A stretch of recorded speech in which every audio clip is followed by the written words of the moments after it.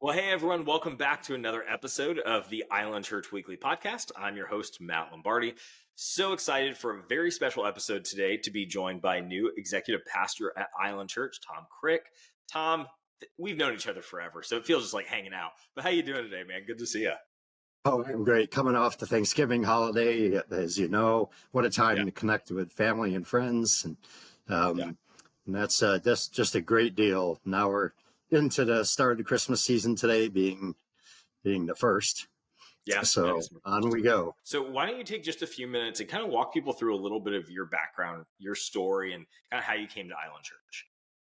Sure, I'll give you just a really quick snapshot. I grew up in New York, and I quickly turned to atheism at age 15. Came to Christ at 40 in Fort Worth, Texas. Through that, I was an engineer all that time. And by the time I was 45, I was starting to seek, and I ended up leaving the business world and going into vocational ministry out on the West Coast.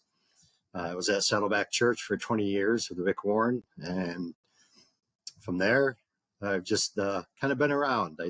Yeah, I did all that work, and especially a lot of small groups work and a lot of other things, but I've been an executive pastor for the last 8 years, yeah, just helping churches to get healthy, helping churches to grow, and helping groups.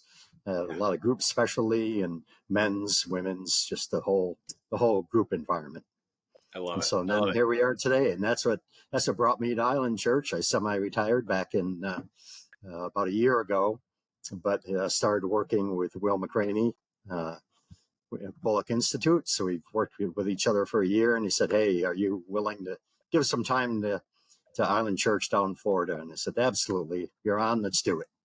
Yeah, I love it. I love it. Not a bad place to get to kind of semi-retire to come every now and then to get to come down to the island. So we're so grateful to have you all. It's been such a blessing. I know the trip already and just really excited about what God will do in the days ahead with the partnership there. So you mentioned groups. I know that's a huge part of your background at Saddleback Church, and every church you've been executive pastor at is this real emphasis on being a church like of groups, not just a church with groups, right? Like Right. everything is all about groups. I've heard you say that a lot. So give us a little bit of your vision, like how God's put that in your heart and how you've seen that be really impactful for churches. Well, that's in my heart because, and just think about the holidays. We just came off Thanksgiving. And what does everyone do at Thanksgiving? Thanksgiving, they go visit family, friends, and all that. What's that? That's a small group. And so the real question is, why do you do that? Because people desire relationships, they desire connection, they desire community, all those things. And churches are no different. And the church started that way. Every church alive started as a small group, essentially, Yeah, and some grew to very large. And the yeah, way that those very large ones have survived was through keeping that small group mentality and keeping groups going so that people could have that close-in relationship with one another. They can have some sense of significance because we're all seeking that. And we're yeah, seeking significance in Christ first. And when you do that in group, you have very common baseline that everyone is working from. And then you can get in there and you can learn what you learn on a weekend service and get all that. But now you can go and you can wrestle with that. You talk about, because there are questions that come up. I think my favorite questions are, boy, that looks like the Bible contradicts itself. Well, let's go look into that. And let's look at the word.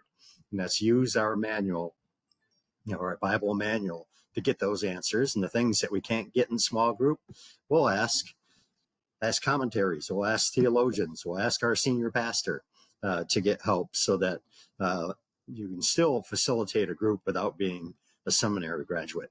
Um, Even though I went back to school. I was yeah, 52 and I went back to school and graduated seminary. So yeah, yeah, um, I've been after it hard ever since then. absolutely. Yeah, well, I mean, honestly, just hearing your heart for why groups matter so much for a local church is huge. And I think I love that you say that, hey, to lead a group, you don't have to be seminary educated. You don't have to be, a Bible scholar to lead a group. Tell us a little bit more about like what does it take to be a group leader? Yeah, I think it's the heart first. You have to have a heart for people. You have to be willing to open your space wherever that is, because small groups can meet anywhere. Uh, that makes the church expandable, by the way, geographically, and If you do it in a home, great. You have to be willing to open your home and willing to have people come over and break stuff. And, it's, you got to have a welcoming home. A friend of mine years ago said, hey, what Tom taught us to do is you have to have M&Ms at every group meeting. I said, is that what you got out of that? But anyway, that's kind of, you share a snack or something like that. And then there's plenty of material out there.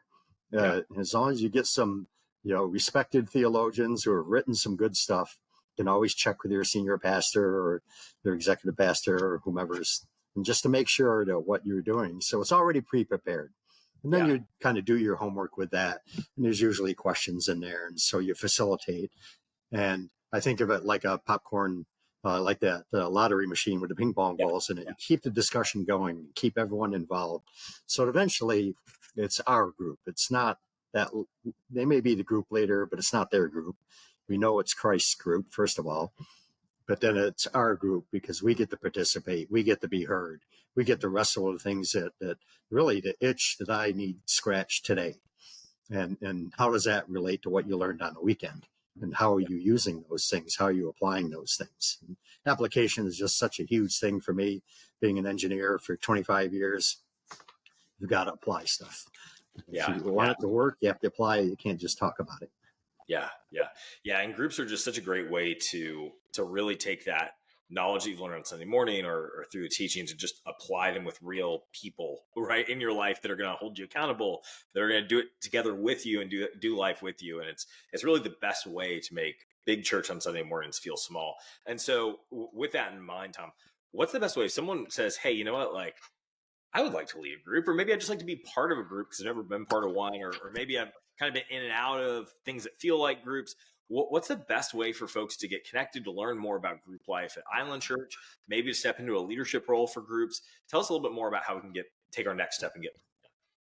Well, that's a lot of the reason why I'm at Island Church is to help build that small group network, and because that's the pathway to growth for the church itself. Because a lot of people feel more comfortable coming into a home. Some don't. Some feel more comfortable going to church first, but they won't stay unless they get connected with a smaller group of people. So what you do is you look for that person that's in charge of that. In that case, that would be me. Just to let me know. I just trained a group leader last week who had experience in groups, but still, we've got to look at what do groups mean at Island Church and how do you facilitate versus run a classroom. Classrooms are good for their spots, good distribution of knowledge, but you've got to do both. In a small group setting, you've got distribution of knowledge, but you also have to answer the tough questions in a changing world.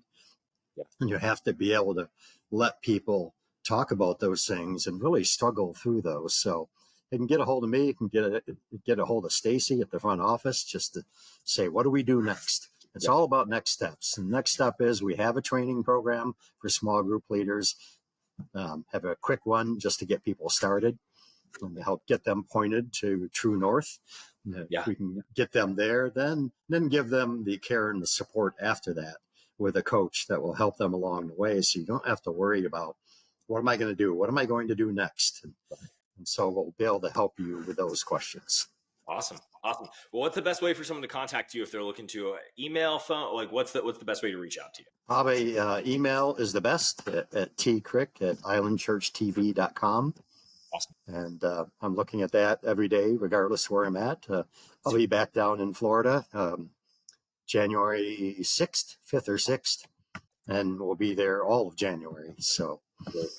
Well, we are looking forward to having you, that's for sure. And so grateful for you taking the time today, helping us get a little bit more vision for what group life can look like at Island Church. So thank you so much, Tom, for being on the Island Church Weekly podcast. Yep, I'm all about church health, whether it be through groups or just getting the church generally healthy. That's what I'm all about. We're grateful for you being here, that's for sure. Well, we'll see you next time. Thank you. Okay, Thanks. sure thing.